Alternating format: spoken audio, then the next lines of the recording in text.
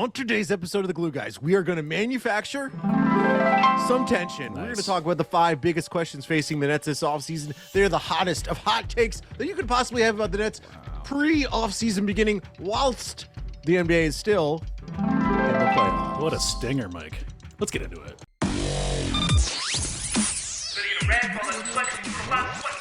Welcome back to The Glue Guys. This is Mike here. Say hello, Brian. Hello. Check us out on Twitter at BK Glue Guys, netsdaily.com, The Athletic. Get yourself behind the paywall at theathletic.com/glue guys, a subsidiary of the New York Times, Brian. Mikal. The Nets are back. That's it. We're back. Happy birthday, Dorian Finney-Smith. We were recording on May the 4th. May the 4th be with you, Brian.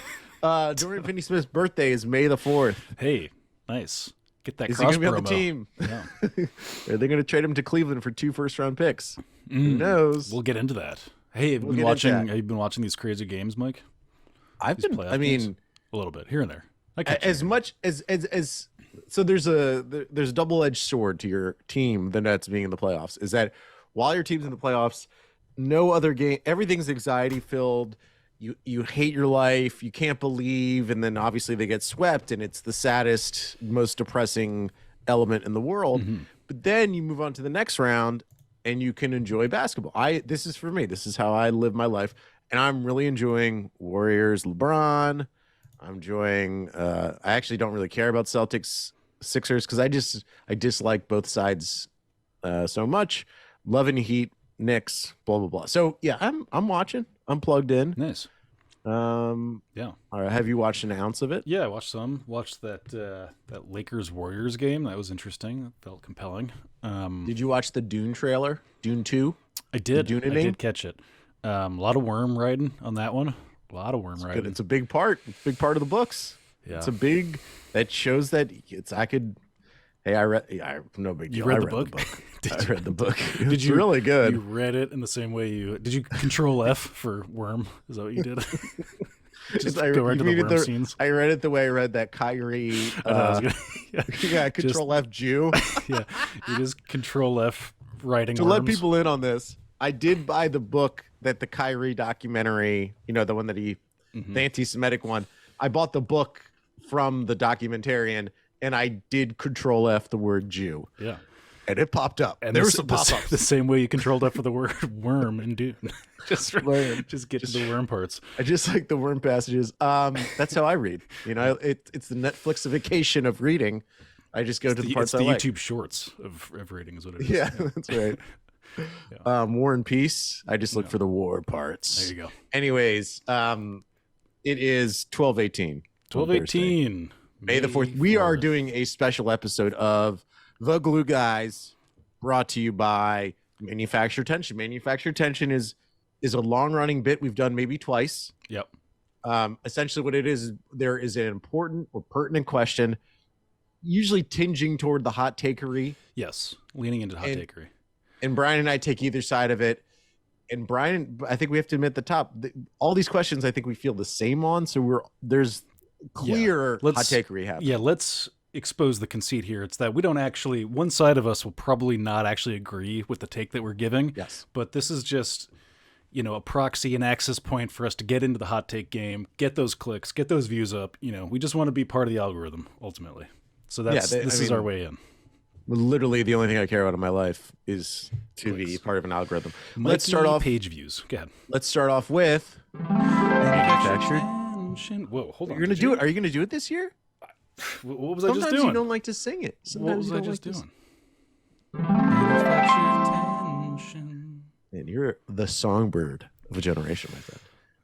First question: is now the time to trade Mikal Bridges? Brian, you're going to take the side of keeping Bridges. I'm going to take the side of trading Bridges. I will begin. Oh, okay. Opening arguments. Starting off with a roar. It was reported at the trade deadline that Mikal Bridges was offered to, or not, he wasn't offered. The Grizzlies offered to the Nets 4 first-round picks. Now, I think there's probably some pick swaps. I think there were some protections. Yeah, let's caveat that heavily. 4 picks. Let's heavy caveat. To the Nets for Mikal Bridges.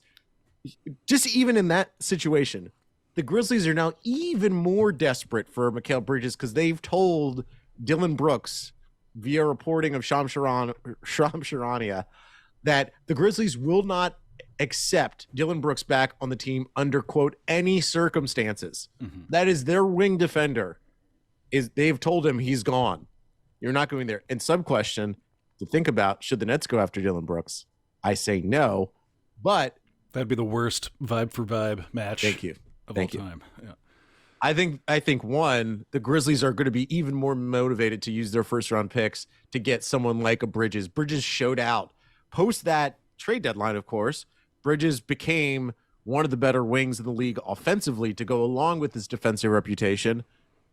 His value has only increased whilst being in Brooklyn. He showed more than what he had shown previously.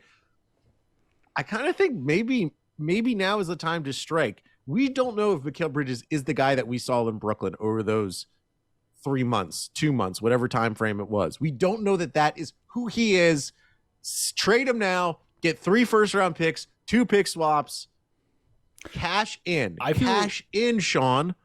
I just started to feel bad for you that you actually have to pretend to defend this position because this one's not hard for me to rebut. You know. Oh, don't feel bad for me, Ryan. I'm doing quite all right. Okay. You know, Mikal Bridges. This is not how white men fight, Brian. Shot at Tucker Carlson. Shot at Tucker. This is actually is on a podcast. This is exactly how women. It's just.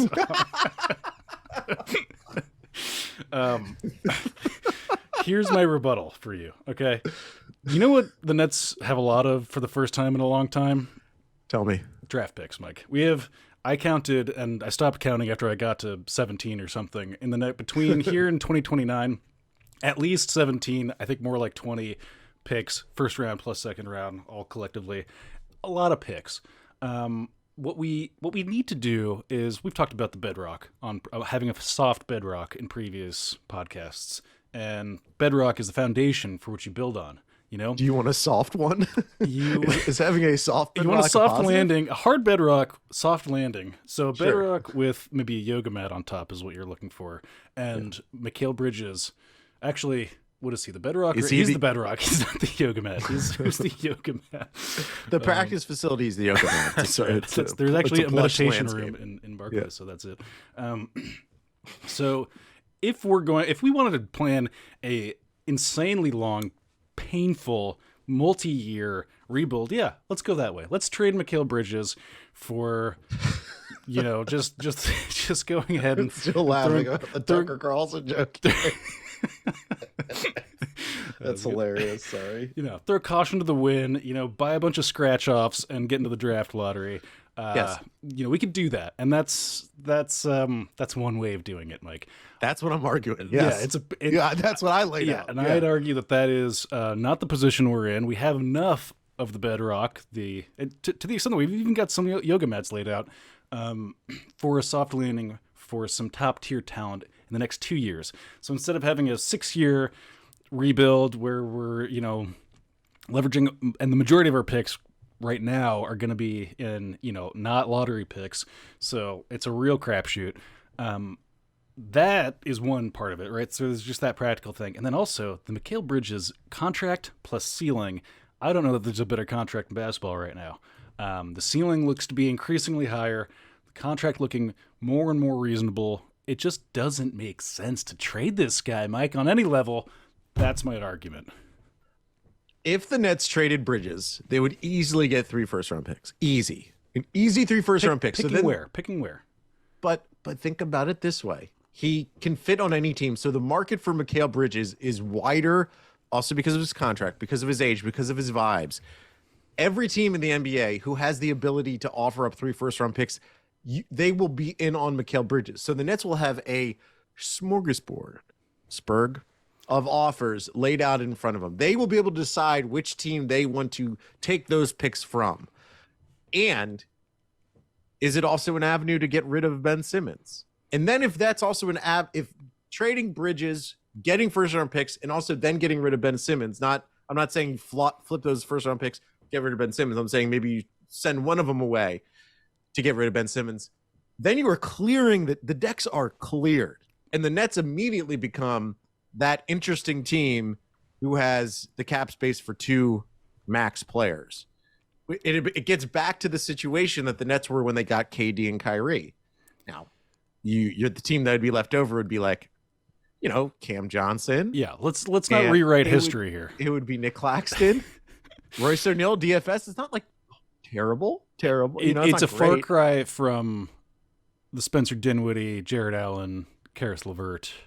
It's not a far cry. It's a far cry. It's a Far Cry 6. It's as close as a whimper, I would say. Okay.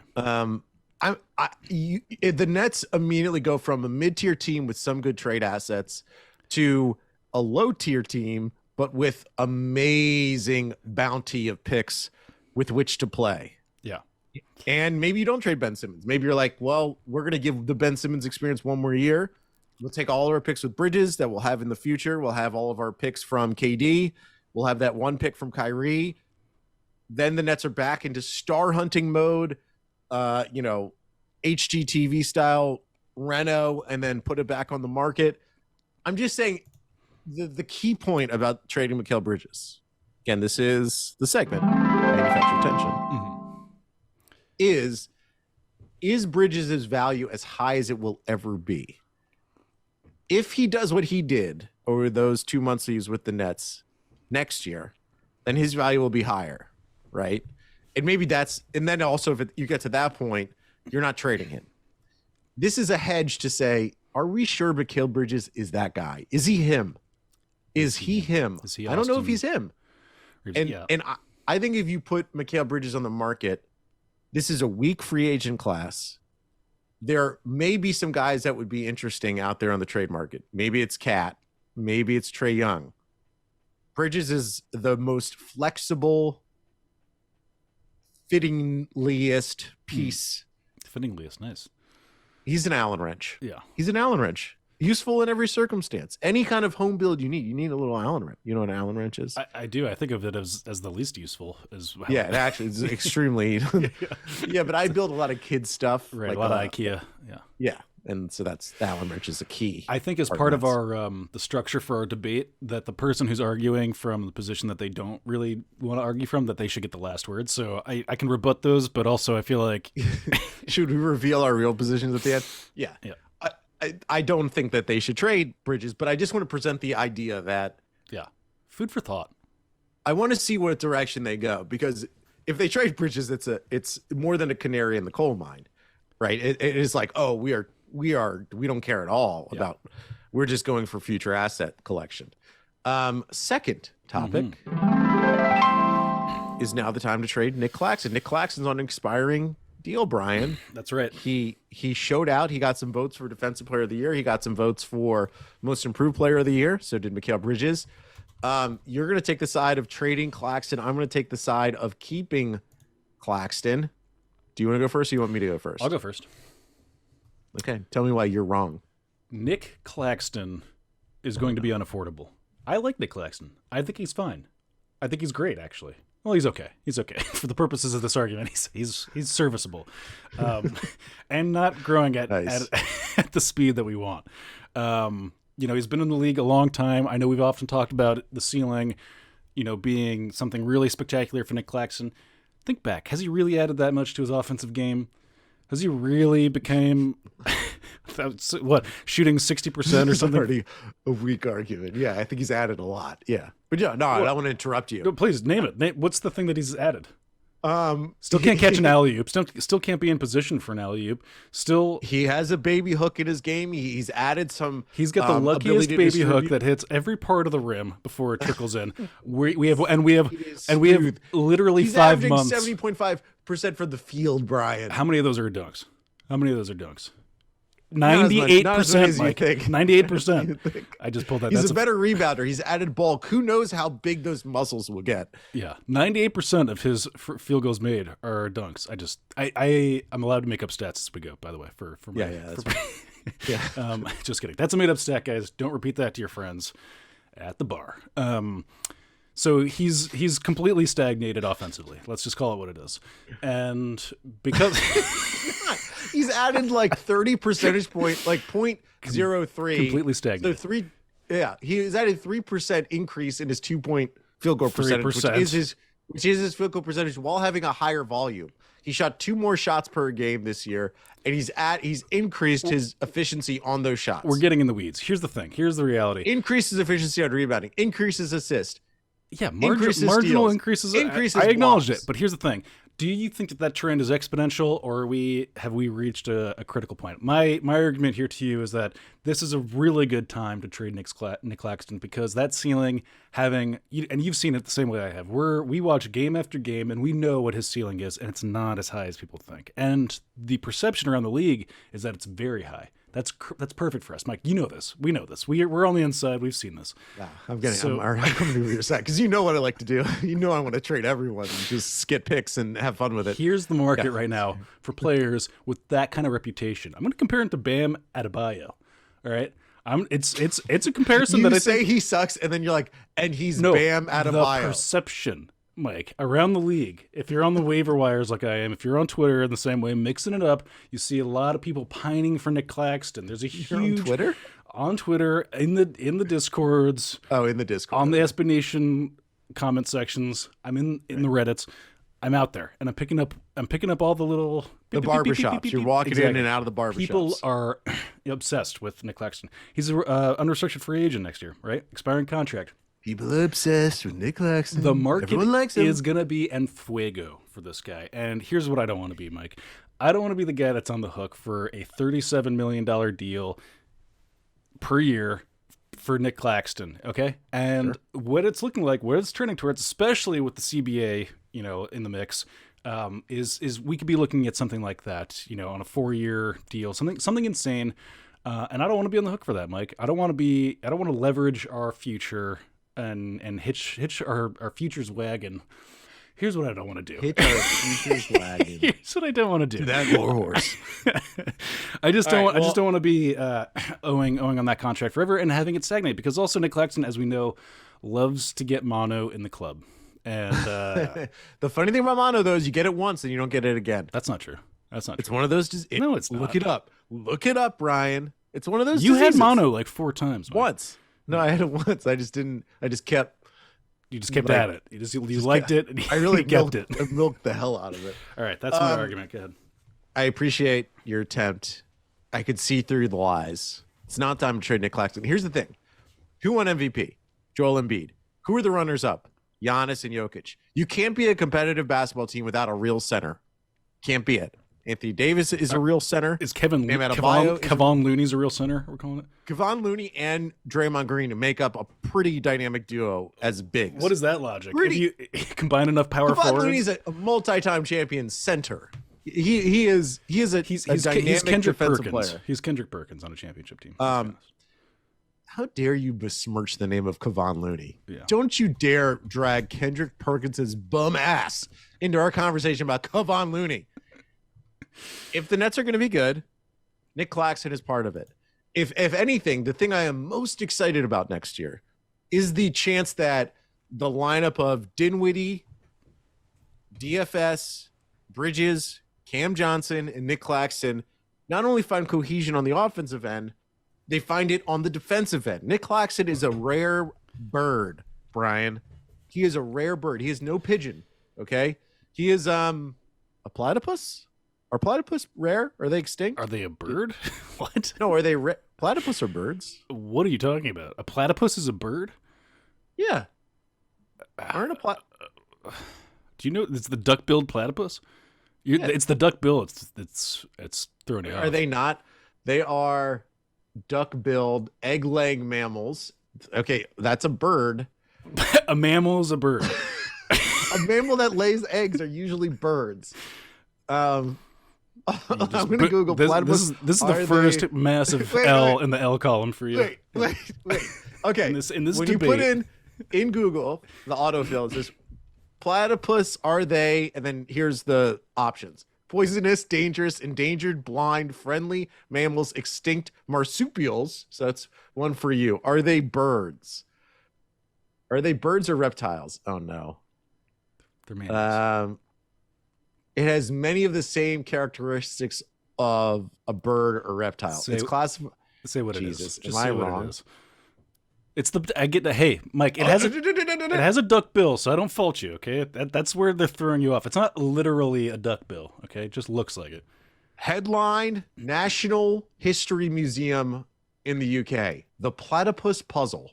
When Europeans first encountered the odd-looking platypus, it became the center of scientific debate. Are they real or hoaxes? They do things like birds. They do things like reptiles, but they also feed milk to its young like a mammal. The males also have a pair of venomous spurs on their hind feet, but they don't use them for traditional attack or defense. Platypus is dangerous. Mike, this is dangerous beast. Dead simple. It's on the wiki. Kingdom, Animalia, phylum, Chordata, class, Mammalia. Lock it in. Are birds not mammals? No. Are you? Damn it, Mike. We gotta reset on you. We'll fire... Are birds mammals? No. Are birds mammals? Birds are not mammals. Fuck. Okay. Well, I lost BTFO. that round of. And you guys see now. You see firsthand the logic that's being deployed here. It's working from a flawed foundation. That's the issue. I take a distinct L on that one. I won't even continue my bullshit on that. Next up, sure boy, fire Jacques Vaughn. Manufacturer attention question to you, Brian. There's been some debate on Nets Twitter with the names of certain coaches being available on the market or could be available on the market. Nick Nurse fired by the Raptors. He hasn't been hired yet by anyone, right? I don't think so. Mike Budenholzer. Very tragic. You see, his brother passed away during the playoffs. Really sad. But there was rumors before that his stability, in Milwaukee may not exist. Let's say Budenholzer, and we know for a fact Nick Nurse is available.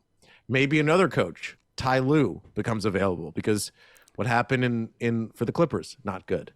I'll put Ty Lue, Budenholzer, and Nick Nurse on the board. Do you fire Jacques Vaughn and go for one of those dogs, one of those championship-winning coaches? You're going to argue for keeping Jacques. I will argue firing him, even though, just so everyone remembers, I'm the person who hired Jacques Vaughn. Yeah. Because I was the first one in America to say that the Nets should keep Jacques Vaughn as coach and not hire Ime Udoka. Nice. Way to out yourself. Here's the thing, Mike. Here's the thing. We're not quite... Nick Nurse is a rare bird. We're not quite at championship aspiration levels where we need to bring in a toothless politician like Ty Lue into the mix. Okay, we're not, and I don't want to go name by name here, but like what we need to do is we need to circle the wagons. Consistency. Okay, Jacques Vaughn had a great end of the season. We despite all of the chaos in and around this team, okay, he held it pretty much together. And in the wake of the Steve Nash firing, I mean, this team was pretty good despite all of the chaos around that part of the season too. It's just a multi-chaos sort of thing going on this season. The guy held it together. Can we talk about his rotations? Get into the I got so many problems with his he didn't play Cam Thomas enough. That's what we're hearing on Twitter. That's what you're kowtowing to, and that's a problem. That's a problem for you, frankly, that I think most people wanted to talk to you about. That you've been kowtowing to Twitter too much. This is not how white men fight.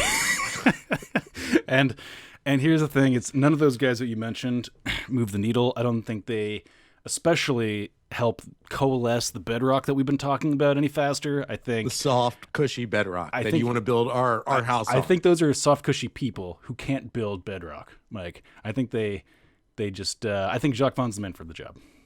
Can I ask you a couple questions? No. Do you think Jacques Vaughn did a good job in the playoffs? Yes or no? Yeah, absolutely. Oh, you think a sweep is good? I think a sweep is good. Okay. You're a rare bird. I think a sweep. I think getting to the playoffs in the first place against the headwinds that we were facing is a feat. And then when your team is the 3rd seed overall, and then you sink down to the 6th seed. Yeah, sure. And then midseason trade all of your superstar players. Yeah, for sure. Sean Marks got a vote for executive of the year, so people think that Sean Marks did a great job. So the person who bought the groceries is getting accolades. The person who is cooking them, Jacques Vaughn, the cook, the chef Jacques, not getting the accolades. Let me ask you this, Brian. Okay. Is winning a championship good? I go back and forth on this one. Don't you dare. I will answer that for you. Yes. Is having experience winning a championship valuable? Yes.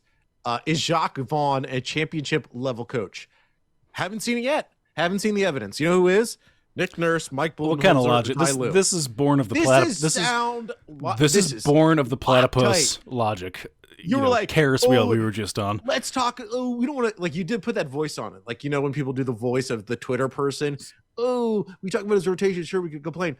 Let's talk about his rotation. Let's talk about the fact that, like, that Seth Curry and Joe Harris played so many minutes in crucial playoff games. Joe Harris should not be seen again in the borough of Brooklyn. The problem with this logic, Mike, is that it's tautological, right? Like, you can, like, in your worldview now, we can't hire words at me. We can't tautological. Yeah, I'm going to throw anti-tots. No, it's toddlers. A championship coach is a coach who's won a championship, right? It's a tautological statement, right? So it explains itself in the premise. Is what you're looking it up. It's not. I'm doing other stuff on my phone because what you're saying is boring. So boring. Here's the point. In your world, there's now a finite amount of championship coaches that you can hire. All right? There's a finite amount of coaches because any coach that hasn't won a championship already is a bad coach, not championship caliber, right? So right now we've said it, boom, in time. If you are a championship coach, then you're a championship coach. If not, you're not a championship coach, and you're never going to win a championship. Right. Yeah. That's what I say. Yeah. All right, you know what, if that's your, I mean, the coach, get the youngest. This is 1,000% a fact. The coaches who have won a championship are more likely to win another championship than the coaches who haven't won a championship to win one championship. If you've won one, you're more likely to win more than any coaches who haven't won any to win one. And this is what you're doing to Jacques Vaughn right now. A big old kiss on his booty. You hear that? That's a smooch. You know, your argument is that. Okay, this is what This is unfair. This is what you're doing. I don't have access to a soundboard. This is an unfair advantage. And people want to go. They don't want to hear from you. Okay, and I'm going to call on you because I am your argument down. You're going to call the cops on me because you're. Thank you, everyone. Now is the time to fire Jacques. I don't care that you gave him a 6-year contract. Joe Tsai is so rich. It doesn't matter. The market has never been as flush. Excuse me, let me get my flush sound. With head coaching candidates as it is right now. And you're going to miss out. You're going to miss out on the musical chairs. Let me ask you this, Brian. If the Nets fired Jacques Vaughn, would he get a head coaching job tomorrow? I believe so. I do believe that. That's a joke. That's just a joke. Okay? And I'm telling you, you're not allowed to use the soundboard anymore. This isn't fair. This is me to your argument. Oh my God, that's really dark, Mike. Sorry. Whoa. Oh my God. Yeah, I don't have any more. I honestly don't agree with this. Like, let's do the laying the cards down on the table thing. Like, there is this drumbeat to fire Jacques and acquire another coach, and it's like this franchise again. What they need to do is Steady Eddie. Let's do this quick break. Coming back, we will. How much more? Do Shoot a more. laser at you. Manufacture tension. And we're back, Brian. The next question on. Oh. You're going to do the thing? Manufacture tension. Should the Nets tank? Brian is going to go no tank, and I'm going to be tanking. Do you want me to begin, or do you want to begin? You can begin. I don't know where you actually stand on this because you are previously a tank master, so tank commander. Sorry. Here's my plan. Here's the master plan. Trade Mikal Bridges to the Houston Rockets, get back some of your first-round picks, and tank. Because I think gaining your first-round picks into the future is more valuable than having Mikal Bridges now. I think it's a small likelihood that the Nets advance from being an interesting Mikal Bridges, Cam Johnson, Nic Claxton team and getting Damian Lillard, who's right behind you. I'm skeptical that lineup, without a massive infusion of talent, is going to win a championship. The thing that this team should do is talk to Houston and say, we know that you wanted Cam Johnson. Sure, you can offer them Cam Johnson and try to get your first-round picks back. I don't think it's going to work like that. I don't think Houston's going to jump at that chance. I think the thing you could move them towards, though, is say, we have Mikal Bridges. Give us 2 of our first round picks back and a pick swap for us for the next all those years. We'll give you Mikal Bridges, and it will allow the Nets to properly enter the tank period that they want to do. They can then trade Nic Claxton. They then could trade DFS. They can then trade Royce O'Neal. They then could trade Joe Harris, and then they can re-sign Cam Johnson, or they could just let him do a sign and trade to another team. Accumulate a boat full of assets while having your own picks. The perfect 3-year tank. Process the shit out of the Nets. Process the shit out of the Nets. And the Nets could be left with 25 first-round picks, their own picks so that they can properly tank, and still being in New York market, so that when everything coalesces in 17 years, we're bing bang booming all over the city. It's just not going to happen, Mike. And there's so many reasons for it. It's such a kaleidoscope of reasons for this not to happen. And like, just you said it yourself, 3 years of a rebuild. Meanwhile, the Knicks are in a heady playoff series. They're one RJ Barrett trade away from being a very legit team. We're just going to seed the New York market again and forevermore. That is dumb thinking, to care about battling for the back page mentality. That's Brett Yormark thinking, Brian. You're Brett Yormark right now. You're a clown. That was one part of my kaleidoscope of the kaleidoscope of shit that you just threw at me. Honestly, it's all different shades of brown. You're the one that's making a kaleidoscope of shit. That's the first node, yours, Maestro. That's the first node in the constellation of shit you said. Secondly, we just don't need to do this. There's no need for a tank. We're in an excellent position. What are you looking at? You're looking at your watch while I'm talking? That's a great debate. My Apple Watch is giving me credit for moving because I'm moving my arms so much. Jeez. That's how sedentary you are. Like, oh my god, he's alive. We just don't need to do a rebuild right now on any level.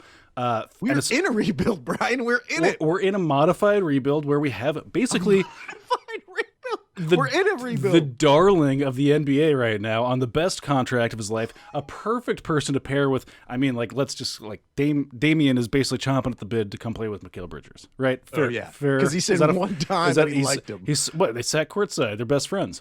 That doesn't just happen, Mike. That's not just a random occurrence. I think Bridges is more likely to ask to be traded to the Knicks than he is to get a star to come here because he wants to play with his Villanova buddies. Yes. That's not true, and that's insane. Because then he'll be buried. Anyways, it's a stupid. It's not even worth engaging with. We don't need to do a infinity draft pick nightmare rebuild. Okay, we're just not in that position. We have enough talent on affordable contracts. Forget what I said about Nic Claxton last debate. That's a great contract to pair with any players. We're really right at the cusp. We're playing around a 500 ball and would look to do that in the 500 future. ball. Yeah, and we have so excited. That's going to fill up the stands at Barclays. It's going to really light the town on fire. Eminently tradable contracts in the fringes, your Joe Harris's, your Seth Curry's, so on and so forth. People that we can get back value. And Seth Curry's a free agent, but sure. Anyways, you know what I mean. Point taken. No, I don't know what you mean. You took my point. Any sense. You took my point. Point is taken that there are plenty of of players. I love you saying that for me. Point taken. Hey, you got it. Okay, shut up and take the point. And so yeah, it's just unnecessary, and it puts our rebuild back 2 years unnecessarily when we could just be a perfect landing spot for free agent talent or a midseason trade right now. We just don't need to go in. Draft picks are overrated, Mike. How often do I need to say this? Draft picks are overrated. I think a team like the Nets, who are in a star market, having draft picks is valuable. Star market, and here's for what? Because star players love to go to your team to play with recent draft picks. Is that the argument Nets you're making? Are a 500 team next year. You just are trying to steamroll past an insanely bad argument. Okay, Mike. Draft picks are important. I see. Being able to trade for stars is important. Draft picks equal being able to trade for stars. If the Nets trade, no, not just draft picks alone get you Rudy Gobert. Okay. Let's add this. I'm going to add this up on my own because I don't think you understand. Because you were like a visual effects major. What were you? Visual arts? Something like that. I was just in vision. I was a visionary. That was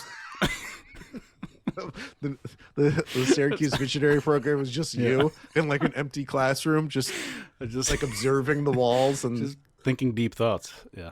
I'm going to add up the draft picks. The Nets trade Bridges to Houston. They get back two of their first round picks and a pick swap. So they get to control 3 of their first round picks. They trade Cam Johnson in a sign trade. They get a protected first round pick, but a first round pick.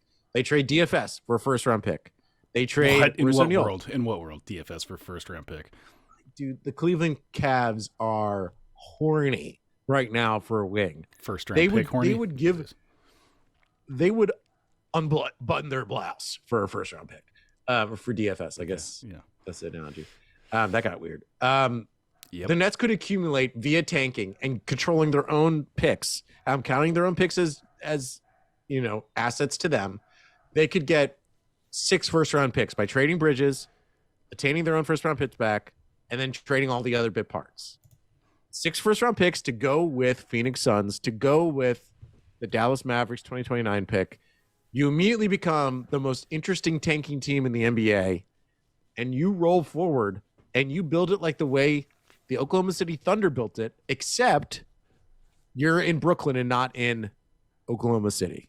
So you both have the benefit of being in a big market, but operating like a small market team. Big Daddy Joe saves a whole lot of money. And then in 3 years, we're rolling. Nice. 3 years. I fell asleep. You were talking, and I honestly couldn't hear what you were saying. Again, you're crushing me. Okay, I can feel it. But I think this is actually a path the Nets could consider. Is that they could consider doing this because it's a very easy thing to do. Houston is going to be desperate. They want to compete. They just got Ime Udoka as a coach. There's rumors that they're going to get James Harden as a free agent. That could come to fruition. Getting James Harden means you want to compete again. It's a pretty clean trade. It's, hey, Houston, we're not going to suck because we have Bridges and Cam Johnson. We're going to match any Cam Johnson offer. But what we can do is if you give us our picks back. Do you think I'm so stupid that you could just adjust your tone a little bit, try to throw me this bone, and then, you really think I fell off the back of a turnip truck? Well, usually when I change tone like that, you stop listening. Yeah. So I thought that you could just sneak in your closing statement. No. It's like the end of like a budgetary process where they start the pork barreling, where they just throw in a whole bunch of stuff at the end. Right. I just pork barreled the shit out of you. All right, last question. Before we get to 2 other questions, so I guess it's the third to last question. Yeah. This kind of goes. This is in tandem to a couple of other things we talked about. But wait, you say it.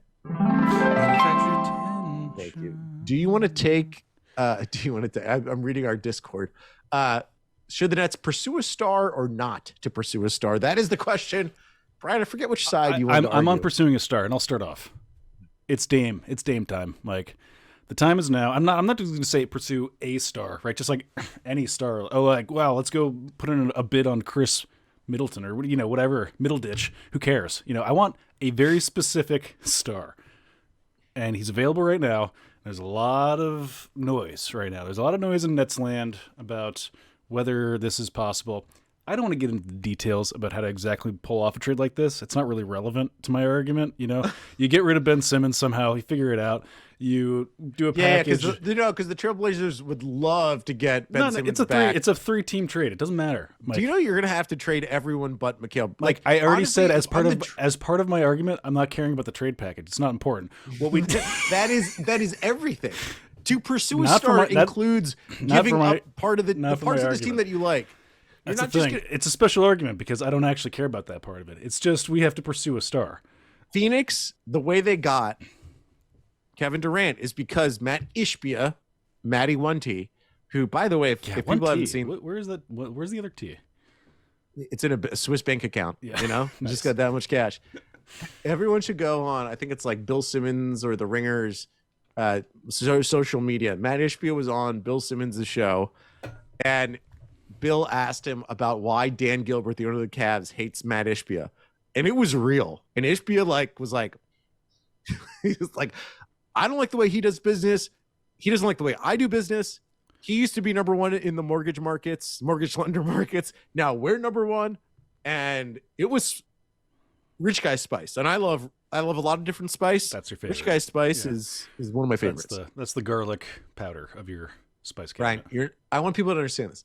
The Nets are not going to get Damian Lillard just because Damian Lillard maybe likes Mikal Bridges. They're not just going to get him because they give up like a sign and trade Cam Johnson, all the first round picks. Daron, Cam Thomas, lock it up. Easy. That's an easy on. Portland is going to demand Mikal Bridges, because also there will be a bunch of other teams who want Damian Lillard. I think that's what people don't understand. Like you patently just don't understand the dynamics of a trade. You think you can just it's EA Sports, NBA 2K. Like, it's not that I don't understand them. It's that I'm not engaging with it. That's the point. I want what I want, and I deserve it. That's my argument. Sure. So and that's really, it's worked out for you in the past. It's really worked. The Nets are not going to be able to acquire a star just by using the draft picks that they have accumulated. They will have to give up players. Teams don't want Ben Simmons. Cam Johnson is a free agent. Even if he can be signed and traded, that also has restrictions on it that hard caps people when you do that and stuff like that. Besides Mikal Bridges, Nic Claxton's the only other guy on the team that has real trade value. Don't give me Cam Thomas. So if you want to trade Nic Claxton, all the first round picks, Cam Johnson, you're going to be left with a bunch of wings who can't shoot, baby. Dame and Mikal Bridges. And that team isn't good enough. The team's just not good enough. And so then you've depleted all your assets that you got from Kevin Durant and Kyrie. Yeah. For Dame. I love Dame. I love Dame more than you. I didn't even pretend to keep the pretense. Obviously, I think barring some kind of crazy deal making, machinations that I don't even really understand, it seems like it's a little premature to be trading for a star player. So that's my big reveal. You win this one, Mike. You win. That was the one that you won. Last one. Tom Sandoval, pro or anti? Let me preface this by saying I'm going to play devil's advocate here for the gimmick, okay? And I'm going to say so you'll be anti? Pro Tom. I'm on Team Sandoval, okay? Did you watch last night's episode? Of course. Do you watch it in when the it moment? Comes out? Yeah. Event-based watching. So I thought it was going to be the finale, because I was seeing promos for the finale, and it's the conversation between Sandoval and Ariana. I mean, it was a very good episode. They did the cutbacks, and they were building the evidence. Yeah.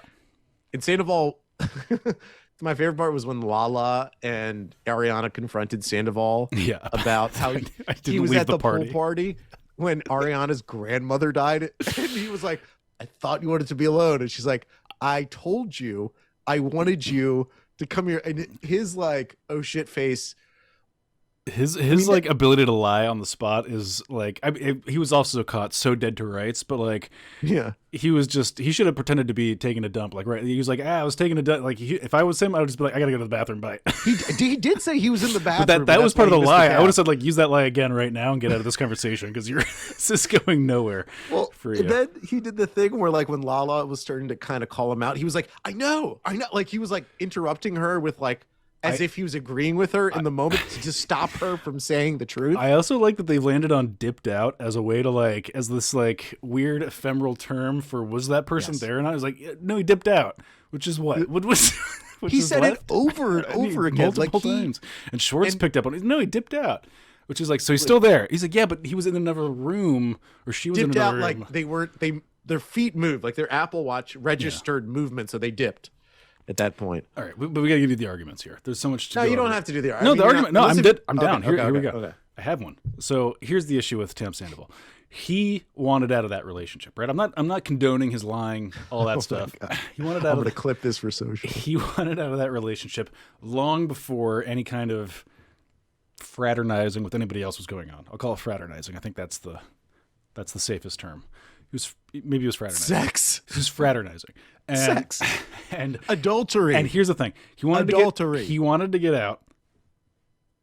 But, and it's not an easy thing to talk about, but Ariana, his partner, kept having crises that, made it very difficult for him to create enough separation, that you don't want to add insult to injury with, okay, my dog died, grandma died, death in the family. It's very serious stuff.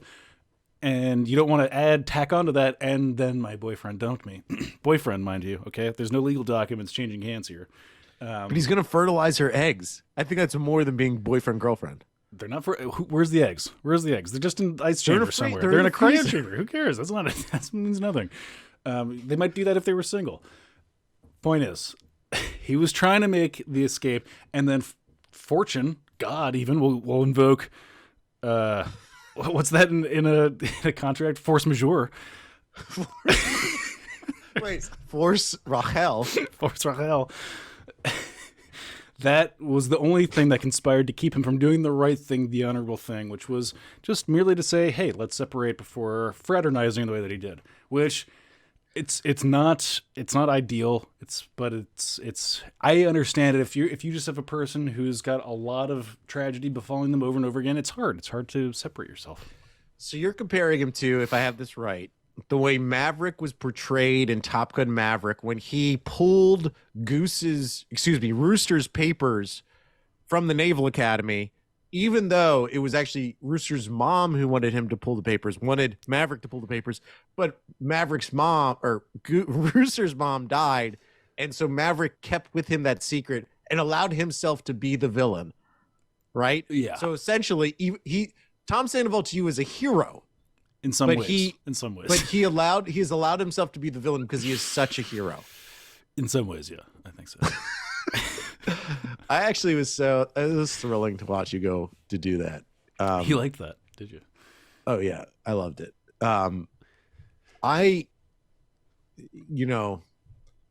Vanderpump is that show has gone through so many iterations. Really in its best. It's having its best moment right now. It's kind of crazy. And it was so bad for a second. I mean, it was just them. We talked about this, like a bunch of kind of married people going to each other's like backyard pool parties. New houses. They're like, look at our house. Look at our, and there's no furniture.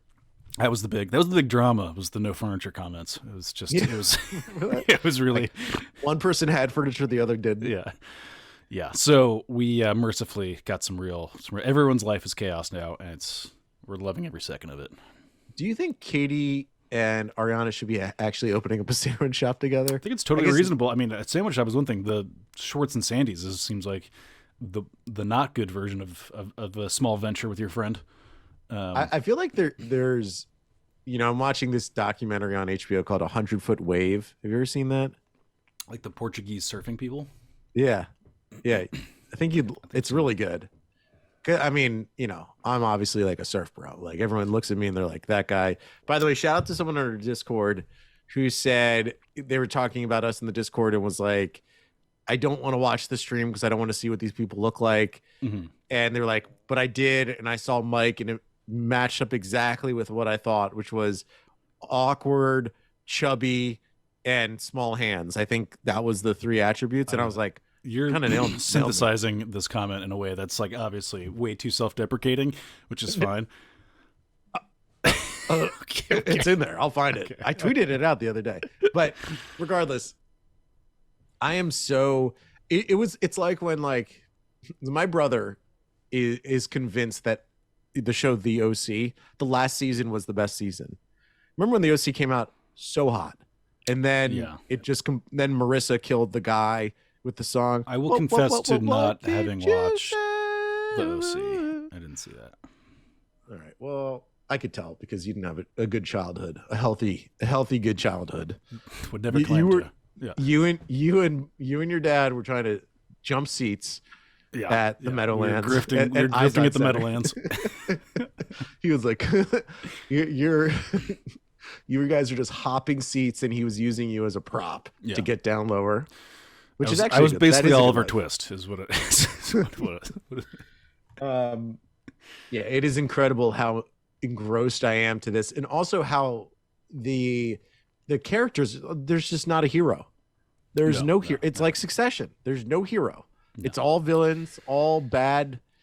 I don't say bad people, but you know what I mean. It's there's not people that a light is shined positively on any of them. All right. Really quickly, 20 seconds, your argument. No, 10 seconds. Fall over spring, go. Allergies are the devil, and allergies come out in the spring. I hate it. I hate it. I hate it. The spring is a prison because I can see the beautiful weather outside. I know that it's nice, but the second my eyeballs touch the pollen, my eyes are aflame. Like the descriptions of aliens that landed down in Brazil in 1990. Like maybe that alien just had allergies and that's why everyone hated it. I think the place is called Vagina. Okay. I'll take that. I'll take that argument.